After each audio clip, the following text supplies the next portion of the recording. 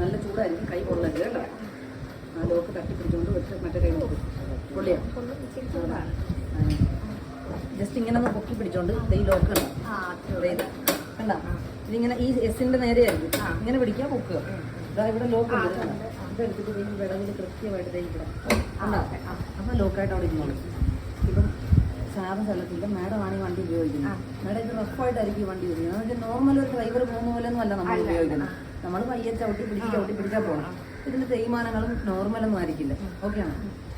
ഇത് കണ്ടല്ലോ ഈ ബ്ലൂ കളറിന്റെ ക്യാപ്പ്, ഇവിടെ വെള്ളം ചീറ്റുന്ന പോലെ ആണല്ലോ. ആ വൈപ്പറിന്റെ വാഷിന്റെ ആ ലിക്വിഡ് ഇതിനകത്ത് ഒഴിക്കേണ്ടത്. അത് ടോപ്പ് ചെയ്ത് കൊടുത്തോണം മാഡം. സാധാ ഒഴിച്ചാലും കുഴപ്പമില്ല. ഇനി അല്ലെങ്കിൽ അതിന് ലിക്വിഡ് മേടിക്കാൻ കിട്ടും, അത് ഒഴിച്ചാലും കുഴപ്പമില്ല. ഇനി ഷാമ്പു കലക്കിയിട്ട് ഒഴിച്ചാലും അതിനകത്ത് കിടന്നോളൂ. അത് മാഡത്തിന്റെ ഇഷ്ടം. ഓക്കെ അല്ലേ? ഇത് കണ്ടല്ലോ